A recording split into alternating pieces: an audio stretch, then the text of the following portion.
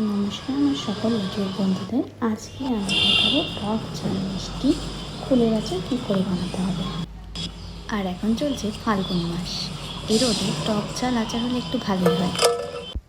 বাজার থেকে কুলগুলো কেনার পর ভালো রোদে 2-3 দিন শুকিয়ে নিয়ে কুলগুলোকে বেছে নিয়ে ভালো করে ধুয়ে নেব। তারপরে কুলগুলোকে মাছ বরাবর ফাটিয়ে নেব। এখানে আমি ব্যবহার করেছি মৌরি, শুকনো লঙ্কা, কালো সর্ষে, তেজপাতা, গরম মশলা, জিরে, লবণ, হলুদ, তেল, গুড়, চিনি থাকলে চিনি দিতে পারেন।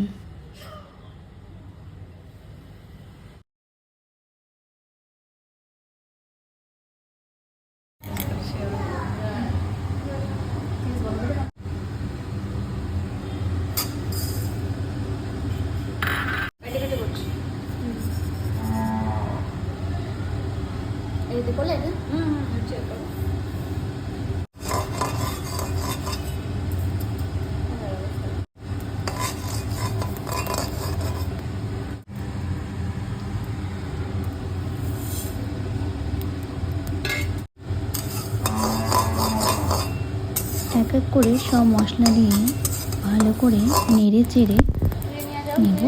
উঠতে শুরু হলে বুঝতে হবে হয়ে এসেছে, তারপরে নামিয়ে নেব।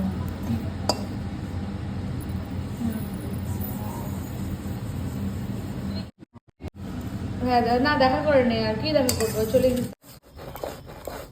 তারপরে ভাজা মশলাগুলো শিলনোড়ায় বেটে নেব। খুব মিহি করব না, একটু মোটা রাখবো।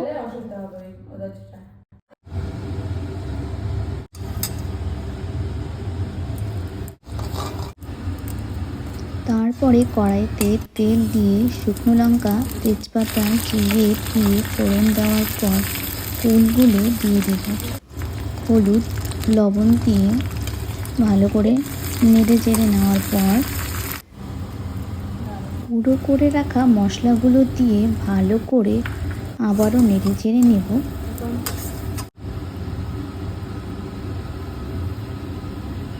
ভিডিও শুরুতে আমি বলেছিলাম এটা টক ঝাল মিষ্টি আচার, তাই যদি গুড় থাকে তাহলে গুড়, না হলে বা চিনি থাকলে চিনি দিয়ে ভালো করে নেড়ে চেড়ে নেওয়ার পরে দেখব যে হয়ে আসার আগে একটু আঠা আঠা হয়ে আসছে, তখন বুঝতে হবে যে আচার আমার তৈরি হয়ে গেছে। তাই একটা বাটিতে সার্ভ করে নিলাম।